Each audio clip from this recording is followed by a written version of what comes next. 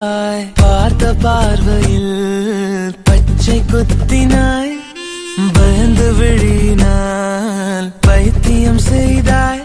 உந்தன் பின்னால் நான் வருவேனோ, எந்தன் பின்னால் நீ வருவாய்.